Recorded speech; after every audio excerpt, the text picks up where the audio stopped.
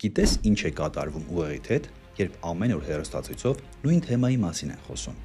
Դու հաստատ չես դառնում ավելի տեղեկացված, դու դառնում ես կենտրոնացած միայն այդ թեմայի վրա։ Հեռուստացույցը քեզ չի ասում ինչ մտածել, քեզ ասում է ինչի մասին մտածել, եւ հենց դա է հակառակը։ Սա կոչվում է օրակարգի ձևավորում, 1972 թվականին ձևավորված մեդիա ազդեցության տեսություն,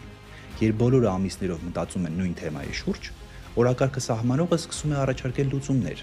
որոնք քիչ-քիչ դառնում են ընդունելի։ ԱՄՆ 2003 թվական։ Կառավարությունն ու մեդիան ամիսներով կրկնում էին. Իրաք ունի զանգվածային ոչնչացման զենքեր։ Մի քանի ամիս անց ամերիկացիների մեծամասնությունը սկսեց հավատալ, որ վտանգը իրական է, ու հարցը դարձավ ոչ թե արդյոք պետք է պատերազմել, թե չէ, այլ ինչպես պաշտպանվել։